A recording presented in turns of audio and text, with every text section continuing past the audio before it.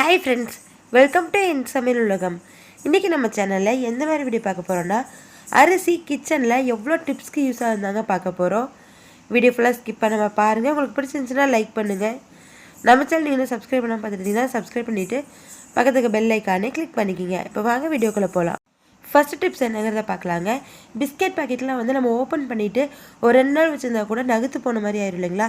அதுக்கு வந்து இந்த மாதிரி ஒரு பாக்ஸில் வந்து பிஸ்கெட் போட்டுட்டு கொஞ்சமாக அரிசி சேர்த்து வச்சிட்டிங்க அப்படின்னா பிஸ்கெட் வந்து நகுத்தே போகாதுங்க. அப்படியே ஃப்ரெஷ்ஷாகவே இருக்கும் எவ்வளோ நாள் வச்சுருந்தாலும். அதுக்கும் வந்து அரிசி யூஸ் பண்ணிக்கலாங்க. அடுத்த டிப்ஸ் வந்து எதுக்கு யூஸ் பண்ணலாங்கிறத பார்க்கலாம். அதே மாதிரியே தீப்பெட்டி நகுத்து போகாமல் இருக்கிறதுக்கும் யூஸ் பண்ணிக்கலாங்க. தீப்பெட்டிக்குள்ளே கொஞ்சமாக 2 சைடுமே வந்து அரிசி போட்டு வைக்கணும். இந்த மாதிரி வந்து 2 சைடும் அரிசி போட்டு வச்சுட்டு ஒரு தடவை குலுக்கி வச்சிட்டிங்க அப்படின்னா உங்களுக்கு அந்த ஈரப்பதை எல்லாத்தையுமே வந்து அரிசி உறிஞ்சு எடுத்துருங்க. தீப்பெட்டி வந்து ரொம்ப சீக்கிரமே நகுத்து போகாமல் இருக்கும்.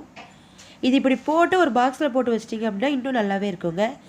அடுத்து நம்ம எதுக்கு யூஸ் பண்ணலாங்கிறத பார்க்கலாம். அரிசி ஒரு ஒயிட் கிளாத்தில் வந்து இந்த மாதிரி அரிசி போட்டு ஒரு சின்ன ஒரு பேக் மாதிரி வந்து கட்டி எடுத்துக்கிறேங்க. ரப்பர் பேண்டோ ஒரு நூலோ போட்டு இந்த மாதிரி ஒரு மூட்டை மாதிரி கட்டி எடுத்துக்கோங்க.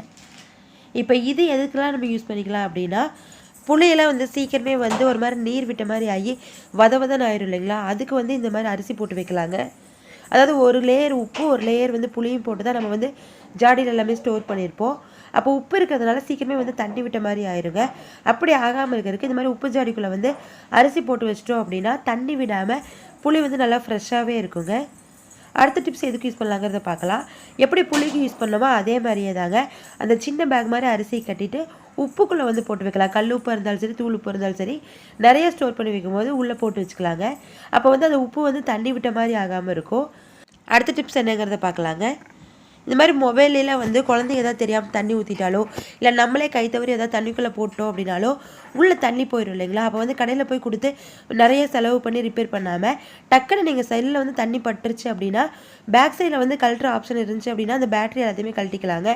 அப்படி ஆப்ஷன் இல்லை அப்படிங்கும்போது நல்லா உதறிட்டு ஸ்விட்ச் ஆஃப் பண்ணி இந்த மாதிரி மொபைல் வந்து அரிசிக்குள்ளே போட்டு வச்சிடலாங்க.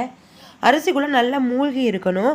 உள்ளே நல்லா வந்து அப்படியே புதைச்சி வச்ச மாதிரி புதைச்சி வச்சிடணுங்க அரிசிக்குள்ளே. இது வந்து நம்ம சாப்பாட்டு அரிசி தான் யூஸ் பண்ணுங்கிறது கிடையாது. ரேஷன் அரிசி இல்லை இட்லி அரிசி இந்த மாதிரி எந்த அரிசி வேணாலும் இந்த டிப்ஸ்க்கெலாம் யூஸ் பண்ணிக்கலாங்க. இந்த மாதிரி வந்து நல்லா மூழ்கிற அளவுக்கு உள்ளே வச்சிடணும். நல்லா புதைச்ச மாதிரி வந்து அரிசிக்குள்ளே போட்டு வச்சிடணுங்க. ஒரு அரை மணி நேரமே இல்லை 1 மணி நேரத்துக்கு அப்புறம் எடுத்து பார்த்தீங்க அப்படின்னா உங்களுக்கு வந்து அந்த தண்ணி எல்லாமே வந்து உறிஞ்சிருக்கும் அரிசி. அந்த சின்ன சின்ன ஹோல்ஸ் இருக்கிற இடம் அந்த ஸ்பீக்கர் இருக்கிற இடம் எல்லாமே வந்து அரிசி வந்து அப்படியே சிக்கி இருக்குங்க. அதுலேயே நம்ம தெரிஞ்சுக்கலாம் அரிசி வந்து அந்த தண்ணி எல்லாத்தையுமே வந்து உறிஞ்சிருச்சுன்னு சொல்லி. மொபைலும் அதுக்கப்புறம் நல்லாவே ஒர்க் ஆகுங்க. ட்ரை பண்ணி பாருங்கள் ஃப்ரெண்ட்ஸ். அடுத்த டிப்ஸ் எதுக்கு யூஸ் பண்ணலாங்கிறத பார்க்கலாங்க. இந்த மாதிரி வாட்டர் பாட்டிலெலாம் வந்து கீழ்ப்பக்கம் வந்து ஒரு மாதிரி கரை பிடிச்சிருக்கோ இல்லைன்னா வந்து பாசம் பிடிச்ச மாதிரி இருக்கும் இல்லைங்களா. அதை க்ளீன் பண்ணுறதுக்கு கொஞ்சமாக தண்ணி சேர்த்திட்டு அதில் வந்து ஏதாவது ஒரு லிக்விடுங்க. நீங்கள் என்ன வந்து பாத்திர கழுவுக்கு யூஸ் பண்ணுவீங்களோ அதை லிக்விடு உள்ளே சேர்த்திட்டு 1 ஸ்பூன் அளவுக்கு அரிசி சேர்த்திக்கலாங்க. இப்போ இது எல்லாத்தையும் வந்து வாட்டர் பாட்டிலில் மூடி வச்சுட்டு நல்லா வந்து குலுக்கி விடணும். அப்படியே மேலேருந்து கீழ்ப்பக்கமாக வந்து அந்த அரிசி படுற மாதிரி நல்லா மேலே கீழே நல்லா குலுக்கி விடணுங்க. அப்போ வந்து அந்த அரிசி பட அந்த கீழே இருக்கிற கரை அந்த பாசம் பிடிச்சிருக்கிறது சின்ன சின்ன இடுக்கில் இருக்கிற அழுக்கு எல்லாமே நல்லாவே போயிடும். நார்மலாக நம்ம சும்மா தண்ணியும் வந்து சோப் பவுடர் போட்டு குளுக்கிறத விட இந்த மாதிரி அரிசி போட்டு குளுக்கும் போது நல்லாவே வந்து அழுக்கு போயிருங்க.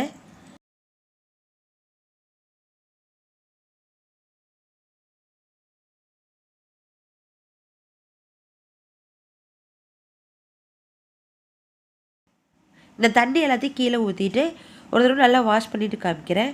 அந்த கீழ்ப்பக்கம் வந்து பார்த்திங்கன்னா சின்ன சின்ன இடுக்கில் இருக்கிற அழுக்கு கூட போயிடுச்சுங்க. நல்லா பளிச்சுன்னு ஆயிரும். நீங்களும் ட்ரை பண்ணி பாருங்கள் ஃப்ரெண்ட்ஸ். அடுத்த டிப்ஸ் வந்து அரிசி எதுக்கு யூஸ் பண்ணலாங்கிறத பார்க்கலாங்க. வாட்டர் பாட்டில் எப்படி க்ளீன் பண்ணுமோ அதே மாதிரியே இந்த காஃபி ஃப்ளாஸ்க்லாம் வந்து க்ளீன் பண்ணுறதுக்கு யூஸ் பண்ணிக்கலாங்க.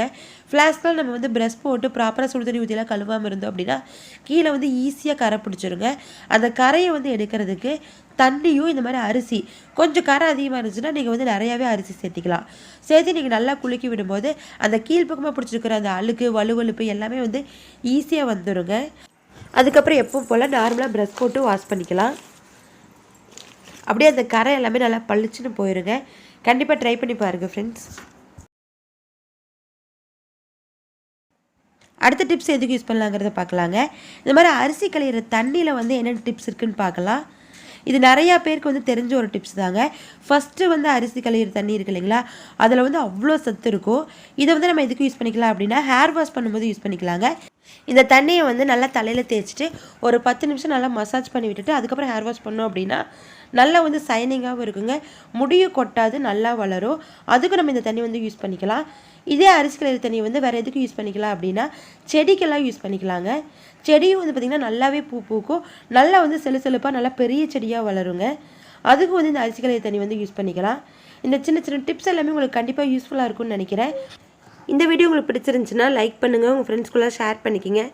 நம்ம சேனலோட வீடியோஸ் நீங்கள் தொடர்ந்து பார்க்கணுன்னா நம்ம சேனலை சப்ஸ்கிரைப் பண்ணி வச்சுக்கோங்க. தேங்க்யூ.